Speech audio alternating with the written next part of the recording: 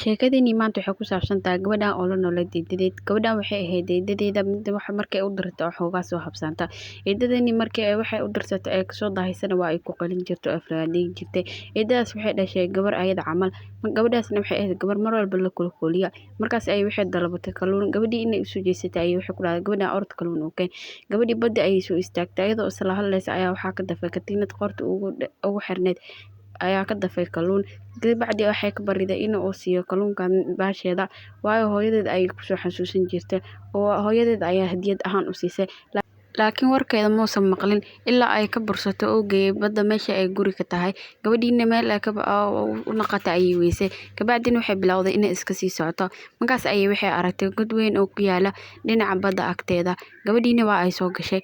Markii waxaa ka hor imaaday shimbir oo ka codsatay in ilmaheedu badbaadiso oo ilmaheeda ayaa guriga dab ugu kaceen. Gabadhiina waa ay oroday si u badbaadiso.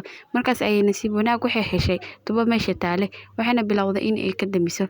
Shimbirtii markii ay ka damisay ayay waxay u mahadcelisay gabadhii oo ku dhahday waad mahadsan tahay. Gabadhii ayadoo faraxsan ayay waxay bilowday inay socodkeeda iska sii wadato. Kadib meeshii ayay ka soo baxday gabadhii. Laakiin gabadhii meel ay u soo baxday markii ay weysay ayay waxay soo fariisatay meesha ay ka soo gashay badda ayadoo isla hadlaysa. Kadib waxaa soo baxay kalluunkii oo weydiiyay maxay meeshan ugu soo laabatay meesan arkin miyaa saaxirada meeshaas ku jirta. Gabadhii ayaa ku dhahday ani saaxirad ma arkin katiinka isi aad dib ugu laabtay xaafadda.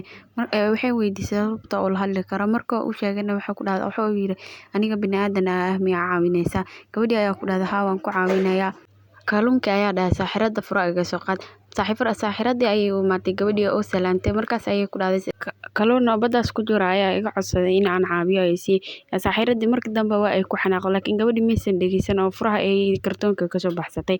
Gabadhii markii dambe inay la hadlin markii aragtay usha sixirka ay ku turtay. Gabadhiina ayada ayay ka qaaday ayada ayay u bedeshay xayawaan. Waxayna bilowday inay furaheeda soo qaadato godkiina ka soo baxdo oo dhankii kalluunkii ayay imaaday. Markaas ayay waxay furaha u saartay qoorta. Markii kalluunkii sidaas loo saaray wuxuu noqday gabar aad qurux badan ayay noqotay. Markaas ayay waxay ku dhahday isiga katiinkayga aniga inaan hore u baxaya rabaa. Markaas ayay ku dhahday adiga qof fiican ayaa tahay weligaa saa u fiicnaa haddana hadiyad ayaan ku siinayaa. Gabadhiina waxay siisay hadiyad oo waxayna ku dhahday katiinka hooyadaana waa kugu jira ay qaado. Gabadhiina waa u mahadcelisay wayna ka soo tagtay. Gabadhii kalena way soo macsanaamisay. Gabadhiina waxay imaaday xaafadii waxayna u imaaday eedadeedii oo xanaaqsan laakiin markay aragtay inay dahab wado ayay waxay bilowday in ay faraxdo.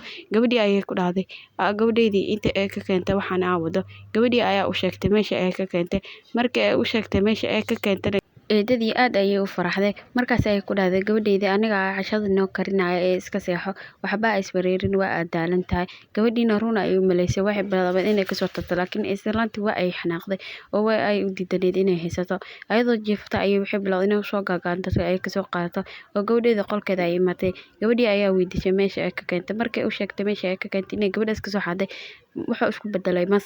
Labadii gabdhoodna waxay bilaabeen inay cabsadaan oo sariirta ayay ku badboodayeen. Markii dambe qayladooda waxaa ku soo baxday gabadhii oo maskina ka barid oo ku dhahday tan cashir ayay u naqata ayaa rabaa ee iska baaba. Maskiina waa iska baaba'ay dadkiina gabadhii markii dambe ma aysan gumaysan. Sheekadeenina halkaas ay ku dhamaatay.